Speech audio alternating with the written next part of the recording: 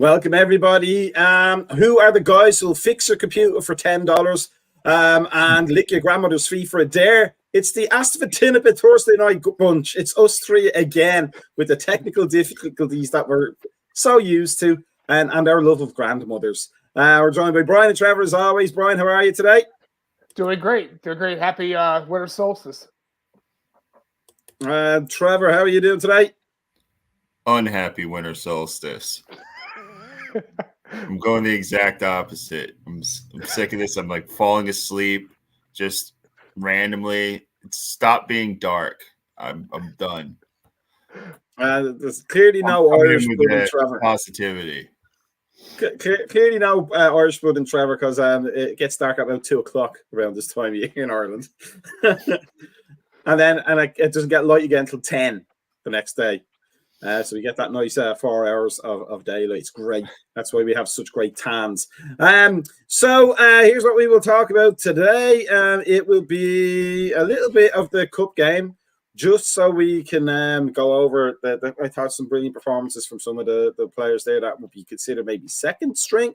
We'll talk about the Super League, the repercussions of the European Court decision today that may open up the Super League again, and how we would feel about it. And then we'll look ahead to the game at the weekend, and then we'll talk about the most important thing, as always, every week, is the moral matter. A big good evening to Alan, as always. Almost always our first commenter. It's good to see him again. But let's start with the game. Yet again, thank you, real life, and 50-hour weekly shifts and 60-hour weekly shifts. But I had to watch the game on. Well, I watched it on CBS, so I got to see the full game again. A nice 5-1 victory. I'm saying straight up, we should buy Jared Bowen. We should just buy him. Like, just bring him in. I think you do a better job for us than Nunes does.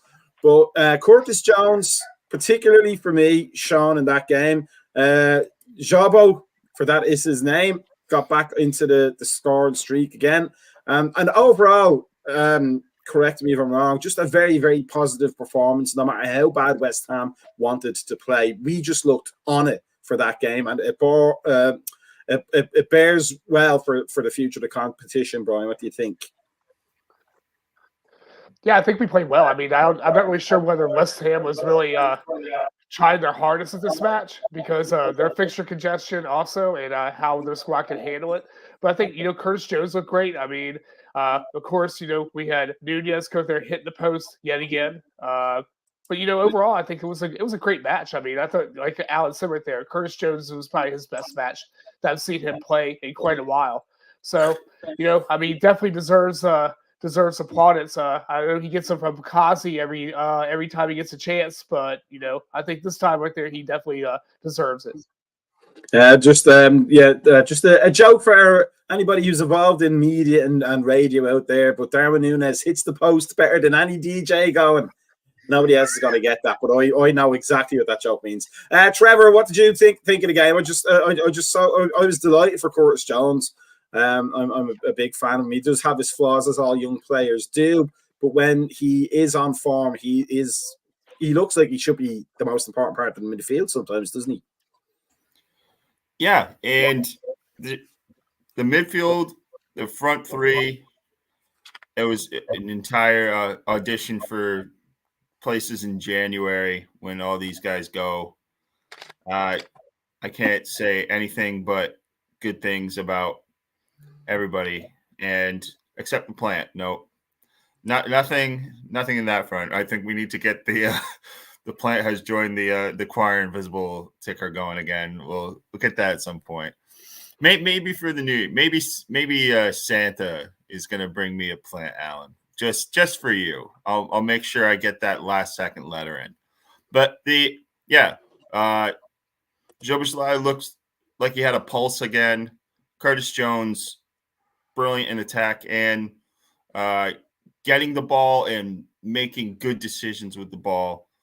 I really think Darwin over on the wing is something that we should utilize more. I don't think it's going to be a regular thing. Not as all right. We got to just lower the amount of foliage talk. That's it's just really. Well, it's such an I've just been. I'm so tired. I can't even come up with good free puns. Regardless, though, Harvey, Darwin, for the word that I love and hate to use at the same time, the industry for both of those. Jobo getting on the sheet again, and Curtis, yeah, man of the match. Absolutely loved it. In terms of I thought West Ham's goal was very good. I think Jared Bowen is a good goal scorer and could do good things at a better club than West Ham, a better coach than David Moyes. I didn't see anything that Kelleher did that was too egregious, but I did think Endo played the number 6 the way the number 6 is supposed to be played yet again. Is he slyly playing himself into that midfield while McAllister's recovering from injury, Brian? Absolutely. I mean, I think that he's really it shows what having a number 6 with this side right there can do. I mean, Endo was never supposed to be the guy. I think that Endo has always been bought as a stopgap, but it shows you if we do get a world class number 6 behind here, like Fabinho a couple years ago, I think the side has leaps and bounds to go through to improve, especially with the young midfield that they have in front of them. I mean, it's going to be endless of what we can do with them. Kwanzaa with a goal recently there, and I think an assist in this game as well. Am I correct in saying? I can't remember now. I'll double check that. Yeah, he really is.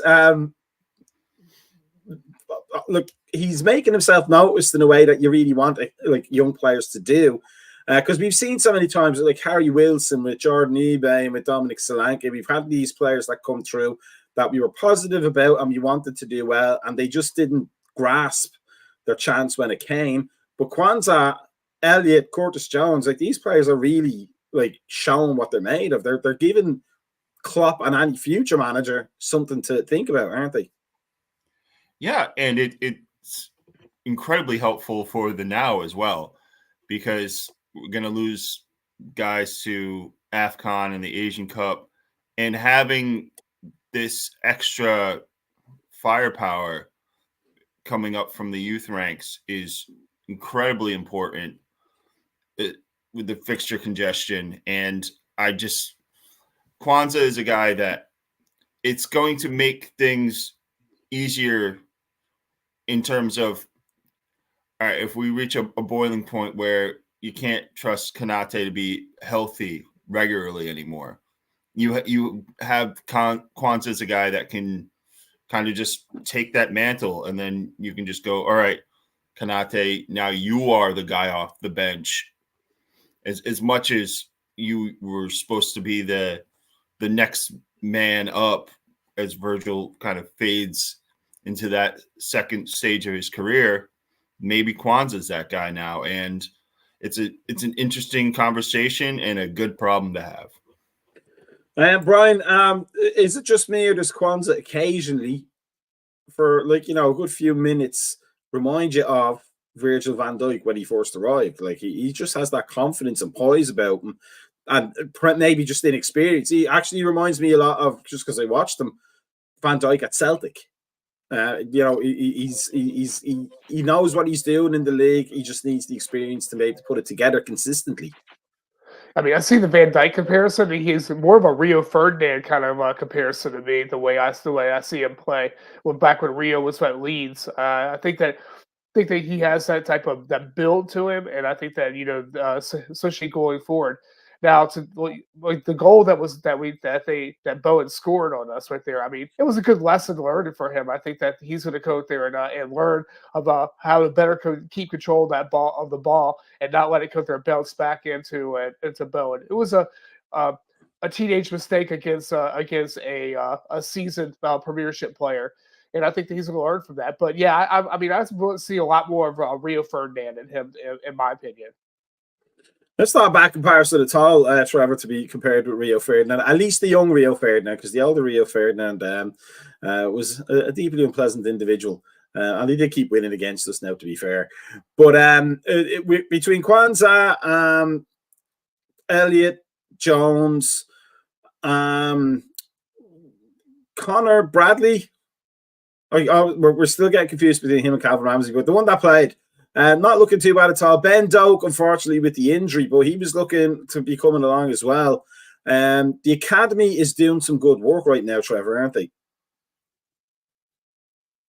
Yeah, like I said, with all the purchasing that we did this summer, to have these kind of ready-made backups and fill-ins for this time of year when you just not necessarily want just a body, but having somebody who you can trust is pretty refreshing after a few years where these players would go to these tournaments and you just go, oh no, what are we going to do if we have to run out? Yeah, you bring up the Jordan Ives of the world, and you're just fingers crossed, butthole puckered, and just trying not to shit yourself for the entirety of January as all of the African players. And now we have Endo going to the Asian Cup, where you just have all these questions that you don't really necessarily have answered by the youth. Now, there's going to still be a lot of growing pains. Kwanzaa is a guy that my biggest joy with him is when he does make a mistake, they don't compound. Yeah, he gives up a goal, he makes a mistake, but the next time he gets the ball, he's not like scared of it. He doesn't need to just get rid of it immediately because he's like, oh no, I screwed up last time. I can't do it again. There's that kind of short-term just compartmentalization of learning from that error, trying not to do it again, but not being scared to possibly make another error and have that affect how he goes about the game. For both of you, but we'll start with Brian. We're 2 rounds and 3 games away from winning the whole thing if it goes our way. Fulham up next, over 2 legs. In a one-off game, I'd still be concerned because it's a one-off game and anything can happen in a cup semi-final. Thanks, Brendan, for Aston Villa. But over 2 legs, we should have enough to take care of Fulham, especially at Anfield, to get into the final, shouldn't we, Brian? I think we should have definitely enough to take care of Fulham. I mean, especially with 2 legs. I mean, I would definitely stick with the same type of squads that we're playing at the moment, especially with keeping a good rotation, especially in January, where we're still going to be coming off a lot of this festive series time period stuff with squad fixture congestion and stuff like that. So I think that definitely we could probably easily have a good aggregate leaving Anfield, to not have to worry about this fixture at all. Trevor, do you think we're kind of universally being set up for a Chelsea-Liverpool final? And if so, would Pochettino have the hoodoo over us because we did him in once already? I'm not particularly trepidatious about Chelsea in a final, regardless of who's in charge. But I would obviously prefer Burrow to get through. That would be the ideal final, because all these people that go, well, we just want to face the best cup. No, I don't. And I've said this a million times on this channel before. Path of least resistance. I am not ashamed to say it. I want every single team that is good to get knocked out ahead.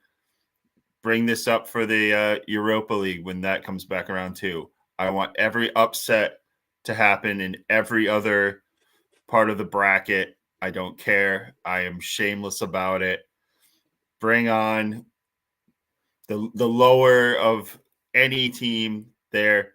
But if it does end up being Chelsea, I'm still fairly confident that it's going to end up 0-0 and go to penalties, and we'll win. Let's talk away from the competition that will get us into Europe and to how European competition may end up being formed. with the judgment today in the European Court, which opens up the possibility of the European Super League. There seems to be a lot of clubs getting their retaliation in force, so to speak, and saying they're not going to have any part of it. I'm not too sure the legalities of it, but it always seems to me that UEFA and FIFA have the rights to tell clubs and players that they can't play in their competition, in the same way that for anybody who's not from America, who doesn't understand high school sports rules, etc. There are states that have rules that if you play a sport, let's say high school soccer, you can't play club at the same time. You can go and play club if you want, but you won't be able to play in the high school team. And that's what it always seemed to me what UEFA's argument was, is you can have your Super League, but your clubs aren't playing in our competition and neither are your players. Is this going to be like the Catholic Church apparently heading for some sort of great schism right now? Or is it still a fuss about nothing and ultimately tradition will win out over money, Brian? It's going to be, it's all about money either way. I mean, because FIFA and UEFA, it's about their money, and the Super League, the clubs, is about their money. So it's just we see how this hashes out. UEFA tried this with their new format they have for Champions League that's coming out next year. They're going to try to go there and actually maximize the amount of money that comes to clubs this way, and also to limit the competition with the Swiss form that they're having. But the problem is still going to be lying right there, is the clubs are going to still want money. I mean, especially the owners buy these clubs to make money, and if somebody's going to throw a lot more money on out there for them to make, they're going to take it. I mean, it is what it is. I mean, I think that there needs to be some kind of happy medium that goes through here, and if the Super League does come through, I know it doesn't have the support right there from a lot of the major clubs, and definitely not from the national associations. There has to be some kind of a stopgap in there that our money funneled down to the countries to support their leagues to go there to be prosperous right there, even though there's a breakaway clubs. I mean, I don't think it's going to happen. I think that, and I think that FIFA's already tried with this new expanded FIFA Club World Cup to prevent this from happening. And I just don't see it. But with Bayern Munich and Manchester United today going there and saying no, and I think that's a pretty big, significant amount of people saying no, even including City. City said no. So I mean, that's three very major clubs right there that are automatically saying we're not in it. So it's going to leave you Barcelona, Real Madrid, and Juventus. Okay, I mean, who are they going to grab? I mean, Besiktas, or somebody like that, Fenerbahce. It's going to be very limited of who you're going to be able to grab to go into this competition. So I don't see, unless there's some type of negotiation that happens between the countries and the clubs that will allow this to happen, it'll never happen. It seems to me, Trevor, that UEFA are trying to bend things around to make that Champions League look like the Super League, so that clubs are almost kind of fooled. But one group of people who aren't particularly fooled are the supporters. It was absolutely aboard the first time it came around.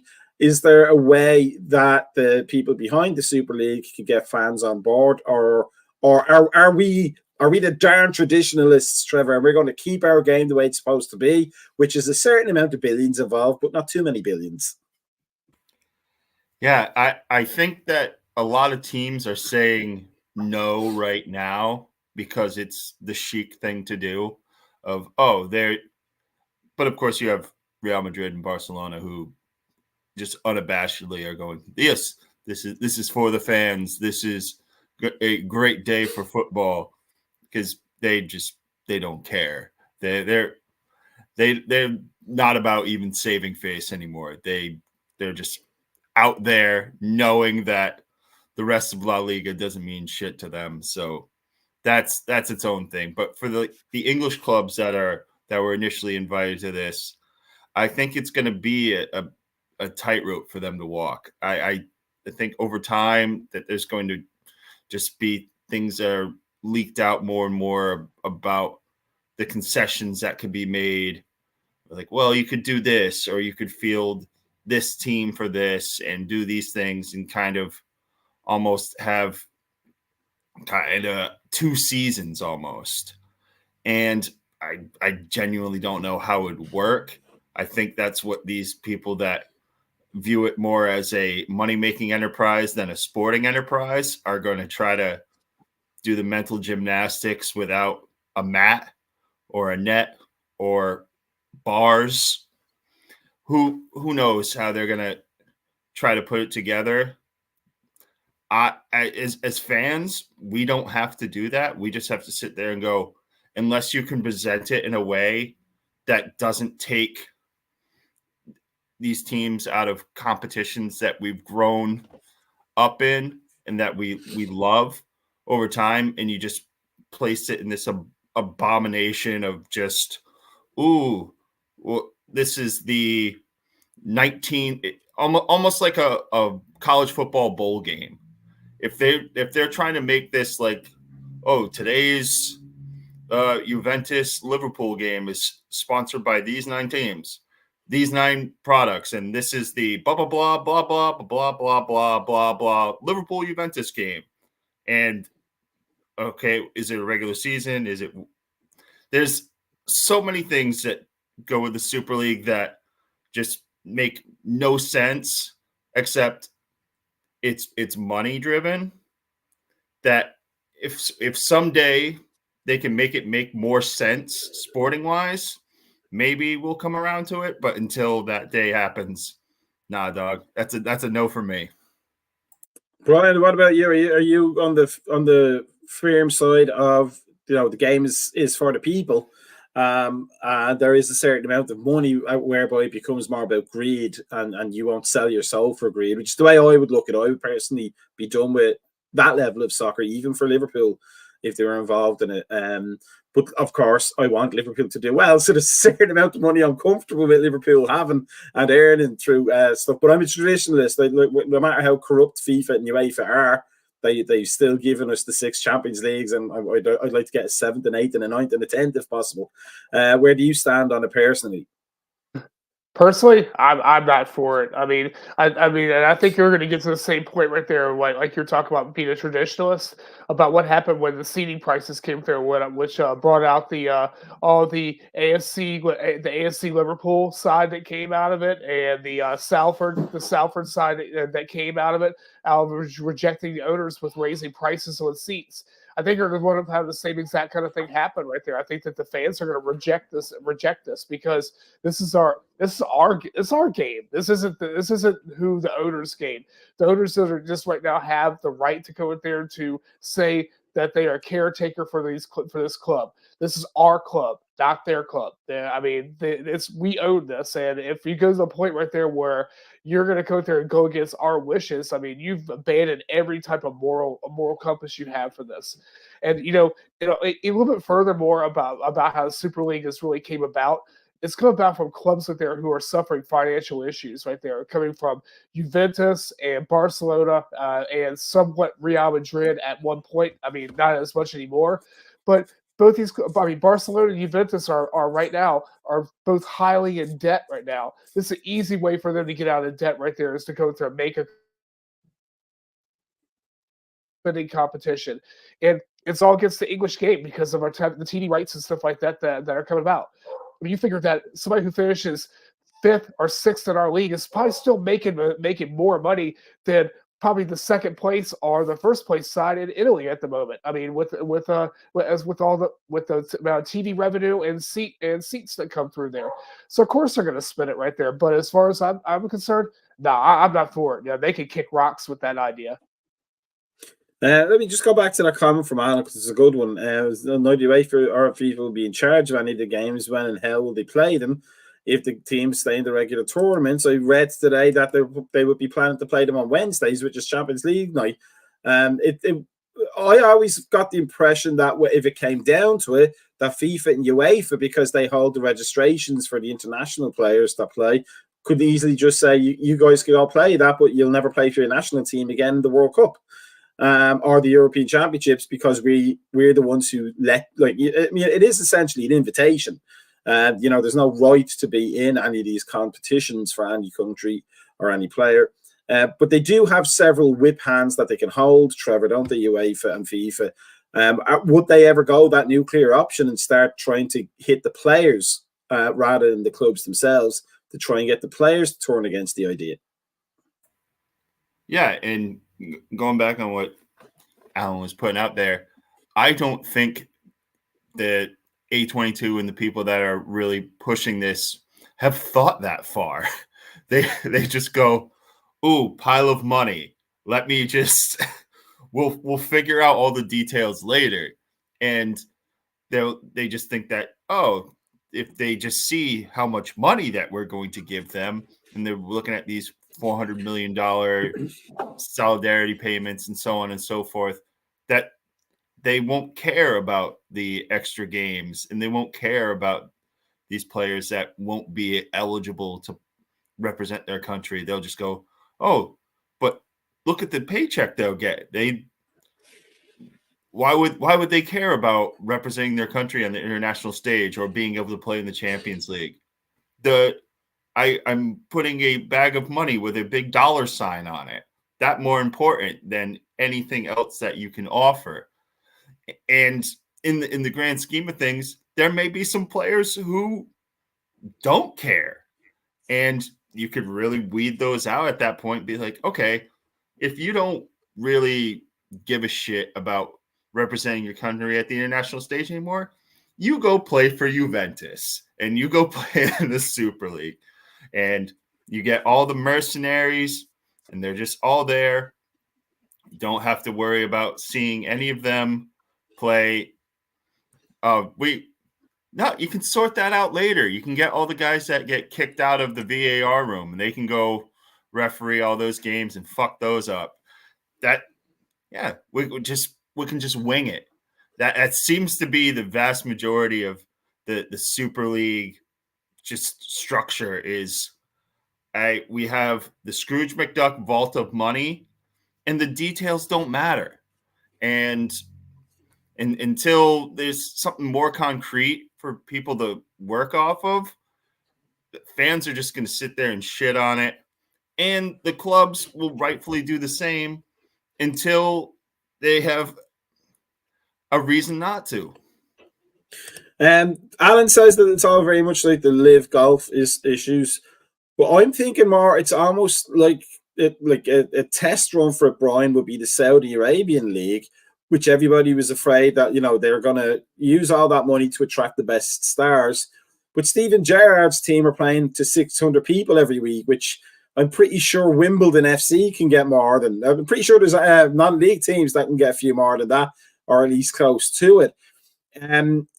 I think Trevor is right. It is almost like they haven't thought that far ahead. Would you agree that it seems like it's an idea less formed by soccer people who want to expand the game and give it some more libertarianism, so to speak, and more that it's an idea put forward by investors who did some number crunching and, as Trevor said, went, oh, big pile of money, and we will get some of it, so let's see if we can sell it to these clubs? I think it's more what you said the second right there. I don't think there's really any thought process that's in this right there. I think aside from, hey, let's make a pile of money right there with these big name clubs right there, that sell merchandise and sell all this stuff in Asia and stuff like that. I mean, that's really where you're at. I think it's almost like in American motorsports right there, where you had the IRL and the IROC series right there, where they split off of each other. It is kind of like to say, okay, well, we're going to make money this way, but we want to make money this way. Okay, we're just going to go make a big giant schism, kind of like you talked about the Catholic Church. And I think that's what these guys are pushing it through.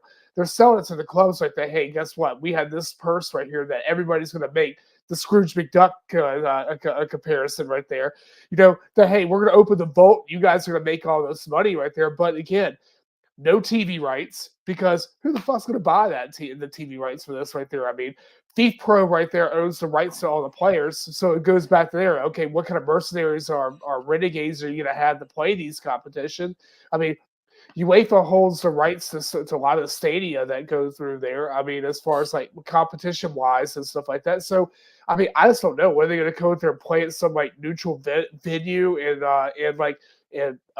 I guess whoever backs the money up, and whether it be UAE or some other country like that. I mean, is that what your plans are? I mean, this is a not very thought through process, and I don't think until you're able to go there and get something right with this, it's not going to happen. And like Kazi just said right there, they're not going to make the same mistake twice right there, because they pissed us off one time right there, and they heard it from us and they backed out quick.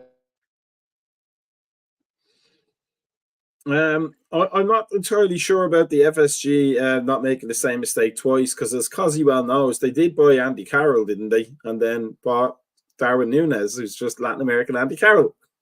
Only kidding, even if I'm historically inaccurate with it.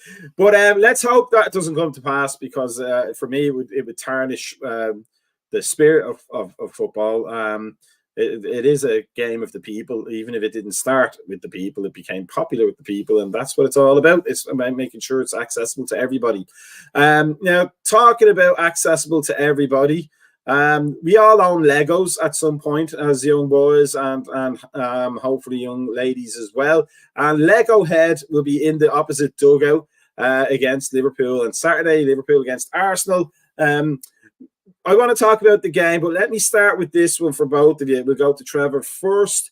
Are Arsenal the real deal this season, or is it just that they've had a nice run of games and it'll fall apart from them at some point? Until proven otherwise, I think this is just a good run. They have guys that will perennially have a decent run and fall apart. Kai Havertz is the big one right now that I think is playing out of his skin.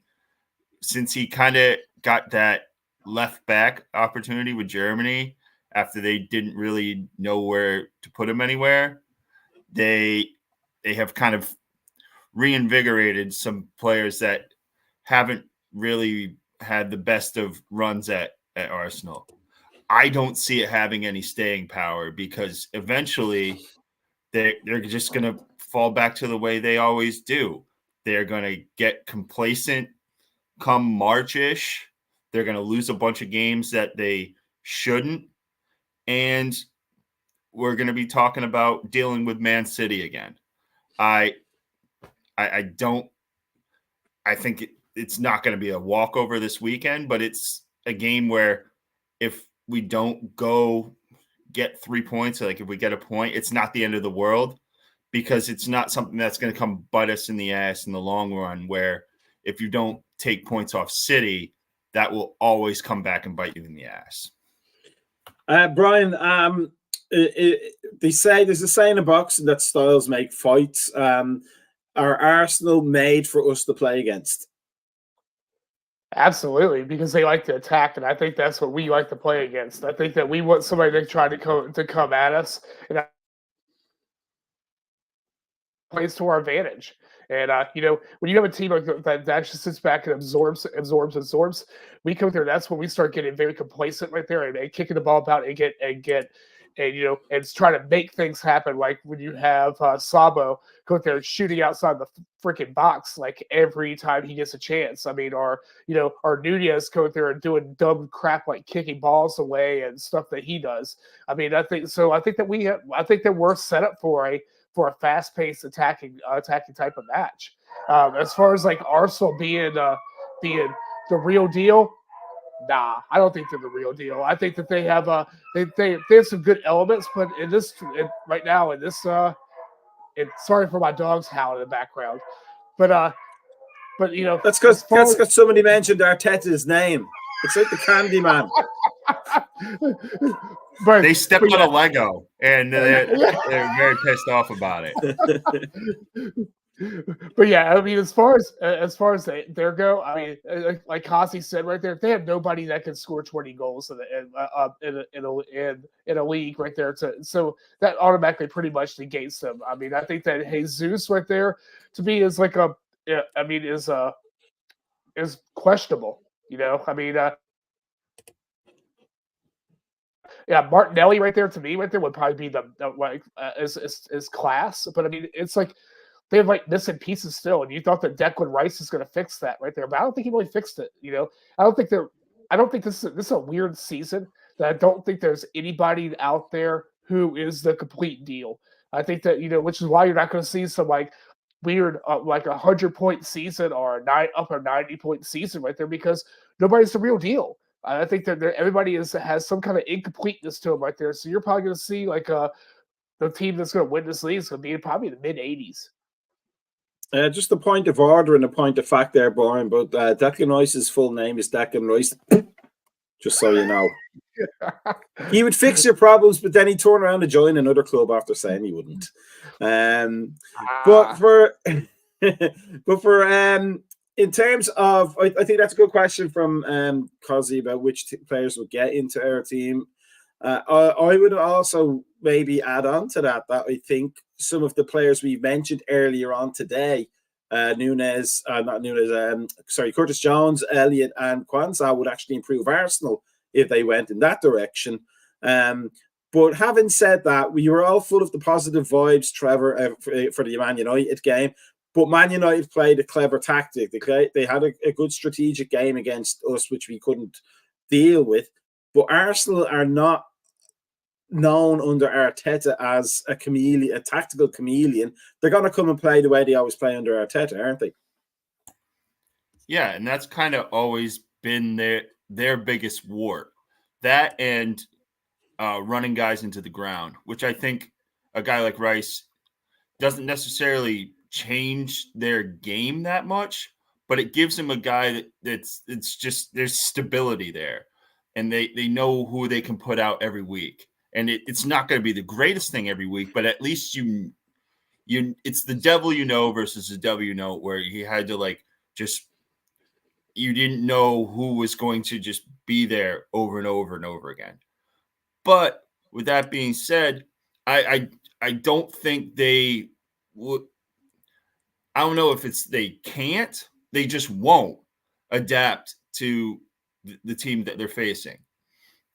Whether that's an Arteta thing or whether the players just are too bought into the way that they want to just attack in waves and keep the ball moving forward rather than moving forward effectively.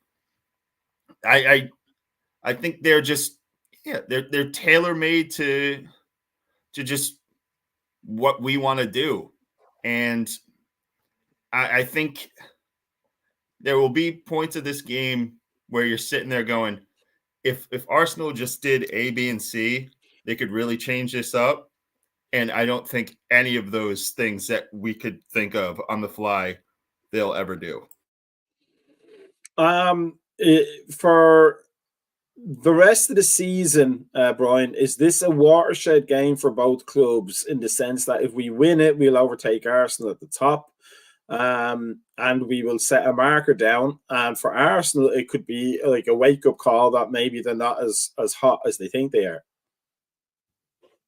I don't think so. I don't think it's a watershed match at all. I think that this is just I think that there is too much to happen in this league right now. I mean, again, I still have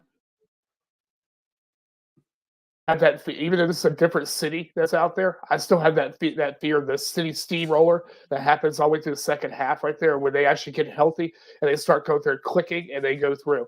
As far as Arsenal goes up there, I mean, I think Arsenal to me right there, that whole cliche right there as a European Cup side. Arsenal is a European Cup side, that they are built for that type of finesse and that type of play right through there. I just don't see them actually. I don't see them finishing in the top two of this season. I think that was what they did last year right there as the almost Rams was something. But I just don't see it. I don't see the longevity in it. But as far as a watershed match, nah, I don't think so. I think like I said right there, I don't think there's any team that's complete. I think that every side that's in this top part of the table is topsy-turvy at the moment.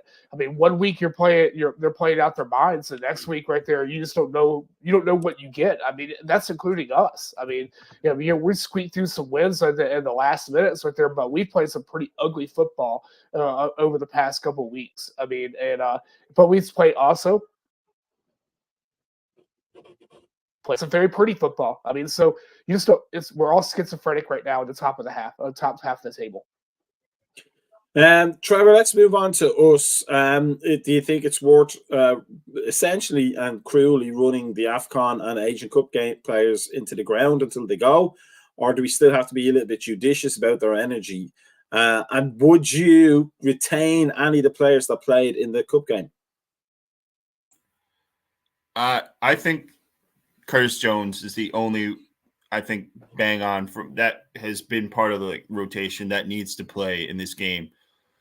For the reasons that we've talked about in terms of Arsenal are going to try to attack, and you need that person in transition to get the ball, keep it through kind of their midfield gauntlet and make the right pass. And I think he's a guy that is just essential to making our counters to what they're going to try to do effective.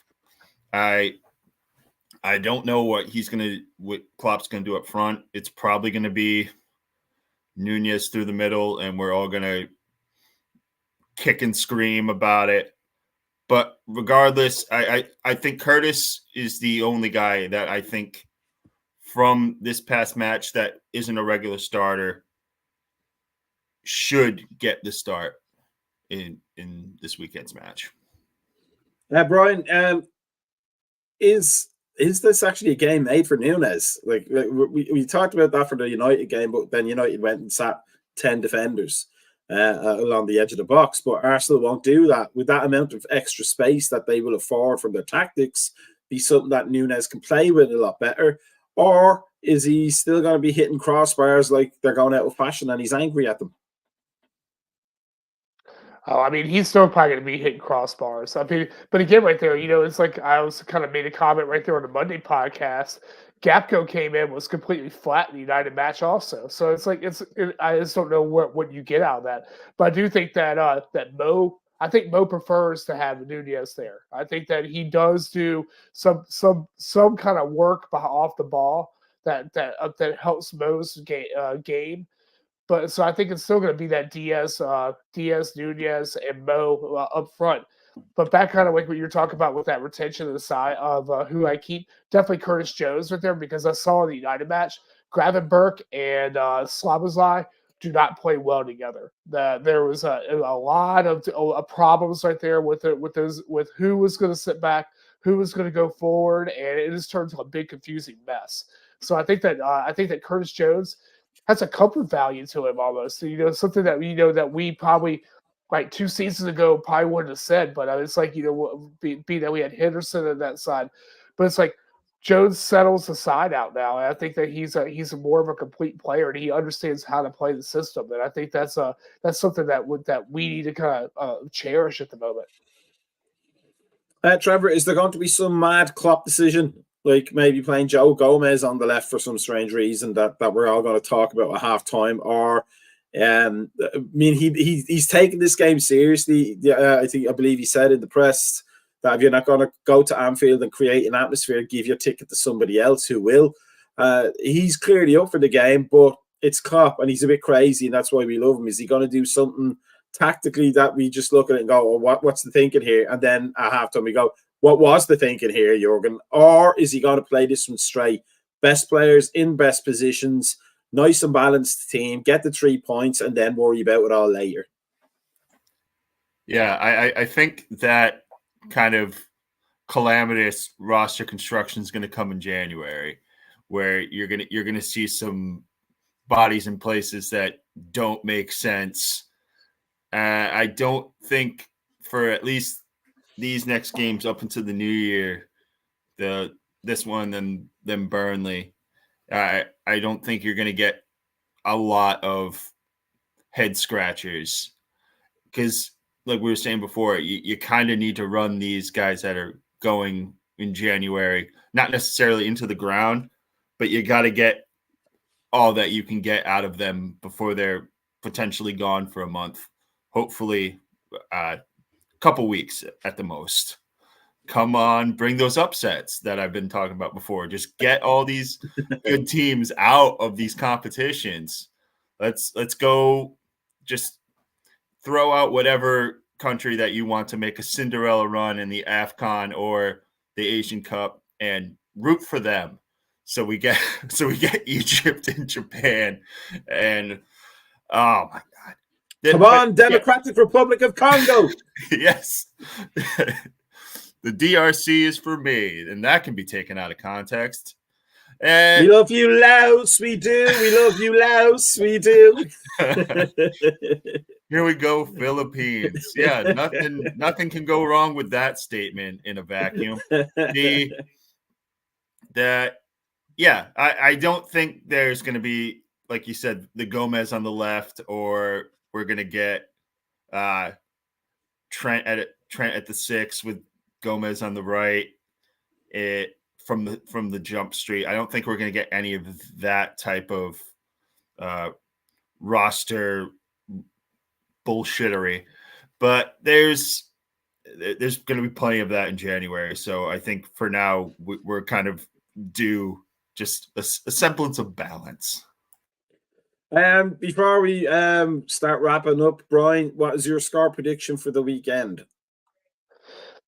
I'm going with a 2-2 draw. I think that I think that there's going to be a lot of balance right there, and I do think that what Trevor was talking about, as far as like the shifting that goes, I do think that you're going to probably wind up seeing sometime in the second half. You're going to see Joe Gomez go on the right, and you're going to see Trent go in the middle to like where they go to a 4-2-1-3 formation, because it seems like that's what we're going to see a lot of in January coming up, and I think that he's been tinkering with this the whole time. To see how he's going to go there and go without Mo.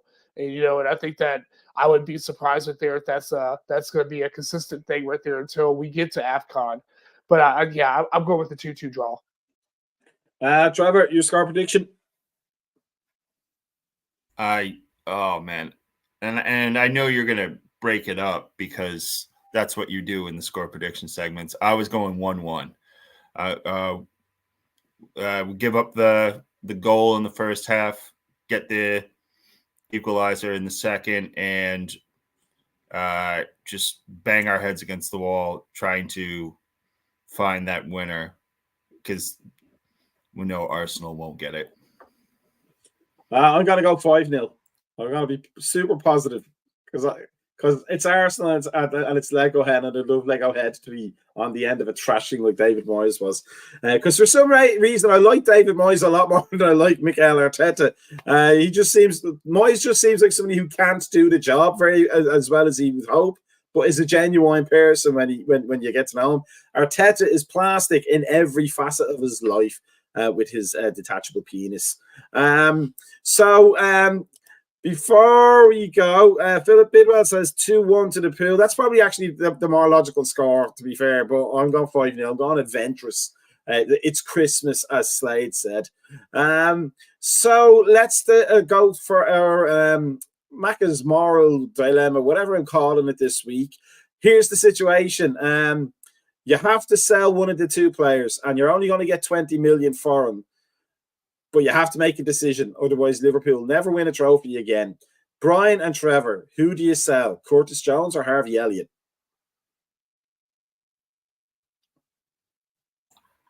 I'll let you go first. Wow. I'm probably going to say, much to Kazi's probably dismay, probably Curtis Jones. Because I think that Harvey Elliott right there eventually will be able to shift over to the right side wide, and I think that he could actually do a lot of damage to that side. I don't see Curtis right there going across the midfield right there as far as where he could go, where he could play at. We have young players that can play there too. I mean, we have players that are coming up in the academy right there, like Bobby Clark and stuff like that, who could actually go and jump into the same spots. I'm going to have to probably go with Elliott. Plus, also the age difference too. Trevor, what do you say?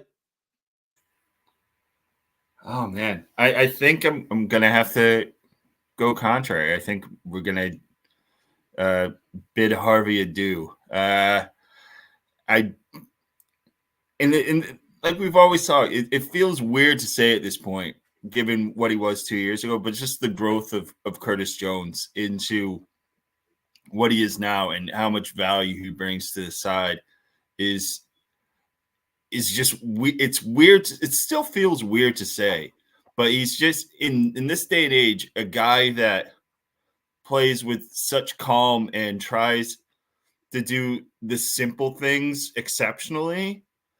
It is just a player that you need in today's game, where the ball retention, simple passes, not making dumb fouls unless it's a red card foul that is not a yellow or not anything. It's something that I think Harvey is a guy that if we ever had to go down that road, would struggle to find places to fit in elsewhere. I think he flourishes as a super sub here. And when his time comes, he really makes the most of it. But I think it's not necessarily easier to replace him, but it's something where there's more players to pick from if we had to. I gotta say, I would keep Curtis Jones. I think his progression has been fantastic. I like a player who you can't get the ball from in general, but mostly because Harvey Elliott looks like he'd sleep with your sisters and your mother and then tell you all about it. Plus, he has frosted tips. I mean, we need to get rid of that trend at our club. It's disgusting. So it just remains to say, for those of us who join in, number one, we thank you for your contributions, but contribute more. We have our YouTube channel that you can subscribe to and like and comment and give us all of your thoughts on Liverpool. We also have our Facebook and our Instagram, and we have our X, formerly known as Twitter account as well, and our website. And we have our morning coffee in the morning, sponsored by Reckless Coffee. If you need to be woken up recklessly, that's the place to go. And we have Monday podcast. We have Thursday podcast, as always, with our technical difficulties. That's what makes us so charming and lovable. All the grandmothers love us. And they love Harvey Elliott too, apparently. So we've heard in the men's toilets. And then make sure that you are paying attention on Saturday, because we'll have a pre and a post match for the Arsenal game. It's going to be fantastic. It's Christmas. Have we been good boys and girls? And will Santa bring us our wanted presents down the chimney, or are we looking at a bag of plastic Lego-shaped coal? I hope it's not the latter, because I don't want to be stepping on little mini Mikel Artetas for the next 2 months all over my kitchen floor. So it just remains to say, there's no Premier League fantasy football show tonight. Poor Gallia's caught the lurgy, so that it'll just be us for the Thursday night. But Tanucci will be back, I think, tomorrow, or John, with the morning coffee show. So make sure you watch that. Brian, thank you so much for being with us as always, and Trevor, thank you so much for being with us, and as always. And Trevor's Plant, thank you so much for your invisible absence. That's annoying, Alan. We actually just green screened it originally, Anna, just so you know. It's originally a green screened plant, and we just don't have the green screen technology anymore. But it just remains to say, have a great evening, have a great night, peace out. We will see everybody next week. Here comes the 70s porn music.